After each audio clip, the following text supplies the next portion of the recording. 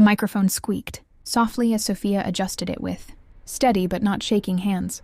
Every face in the auditorium slowly turned toward her. Conversation stopped mid-sentence.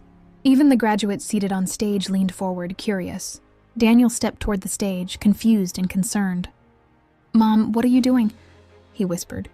Sophia placed a gentle hand on his arm and smiled. "It's okay," she said calmly. "Just trust me." Emma stood several feet away, arms tightly crossed. Eyes narrowed in irritation and panic. Sophia took a slow breath and finally began. "Good afternoon, everyone." Her voice echoed softly through the hall.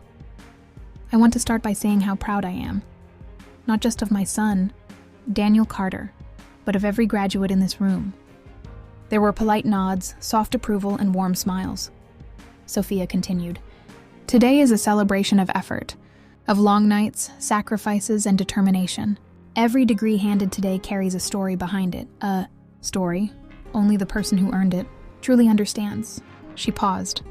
"And for some of us, those stories began a long time before college." Emma shifted uncomfortably. Sophia's voice softened but grew more powerful. 20 years ago, I became a single mother. It wasn't planned. It wasn't easy. Life forced me to choose between giving up or giving everything for my son. The room remained silent, hanging onto every word.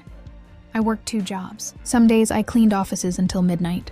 Other days I answered phones all day long with a forced smile, so my son could eat, so he could grow, so he could dream. Daniel's eyes glistened. He hadn't known half of this. Sophia continued, her tone unwavering.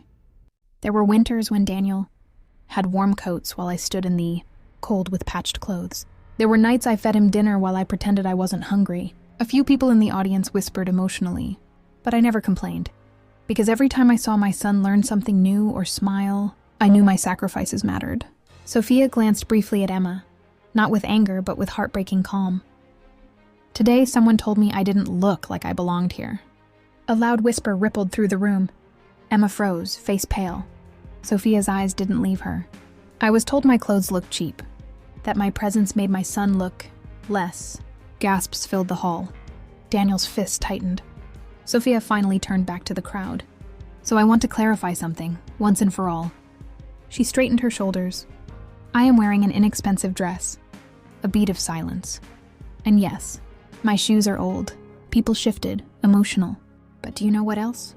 She continued, voice rising. "These shoes walked miles in storms and snow, so my son didn't have to.